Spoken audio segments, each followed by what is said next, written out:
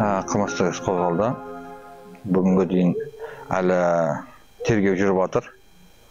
Бірақ бүгінгі күнге дейін әлі круг подозреваемых деген жоқ әлі. Ішіміз сотқа әлі өткен жоқ.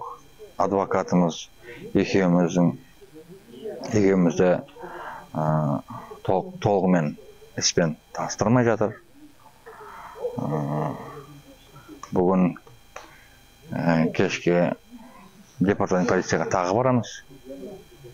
Білуге не жағдай болып жатқан, кім табылды, кім табылмады, іс қандай стадияда тұрған бүгін бар тағы да білеміз. Бүгін өздері бізді шақырмайды.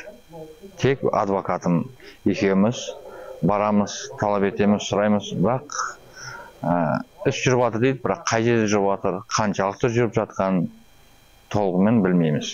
Бізге расписка жазып бер дейді. О неразглашение. Сол кезде таныстырамыз.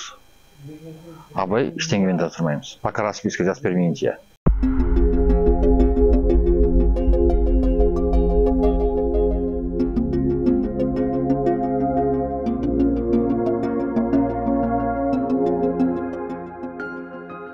Бұл кезде тікелей маған үйге келген кісілер болған. Екі кісі.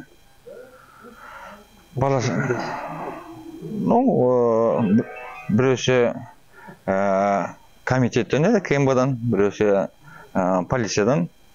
Аты жөнін есімде жоқ олардың. Ол кезде январдың аяқтарында болған нәрсе оқиға. Февральдың басында, январдың аяғында. Бала шағың бар, соларды ойласай деген сөздер болған. Мәшіңде бірдеңе тауып қалуы мүмкін, заңсыз нәрсе. Үйінен тауып қалуы мүмкін, заңсыз нәрсе. Сосын босқа сотылып кетесің ғой. Онысы үлкен балдарың бар, олармен бірдеңе болып қалуы мүмкін деген сөздер болған. Қазір тікелей маған ешқайсысы келіп жатқан жоқ, потому что мен желіде постоянно айтып жатырмын, ол туралы айтып жатырмын. Енді кім болса да, қандай диалогқа келсе де, мен сразу телефондағы аудио-видео запистерді қоса бастаймын. Сондықтан пока тікелей маған ешкім келіп жатқан жоқ. Істі біздің полицейскийлар істі қозғады. После того мен өзім департаментқа бардым. Іс не болып жатыр, не жағдай, қандай жағдайда болып жатқан, қозғалды ма іс. Департамент полиция естідік, бірақ іс қозғалмаған. Ол 16 январ күні. Бұл оқиға болған 7 январ. Мен 16 январда барған кезде іс қозғалмаған едім. Вообще. 16 январда только қозғады істі. Ол уақытқа дейін іс вообще қозғалмаған. Өзіңіз ойлаңыз. 7 январдан 16 январға дейін іс вообще қозғалмаған. Ешқандай іс.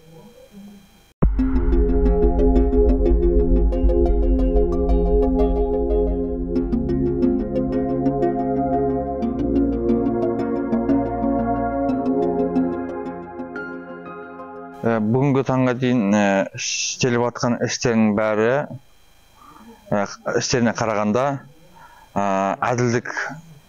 әділдікке жетем деген күмәнденем. Таза әділ шешім шығатынына күмәнім бар.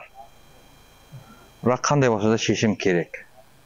Сол шешімді алып, уже ары қарай мемлекеттік үлкен сотқа, Гага сотқа жүгінденеміз. Любой шешімін алып.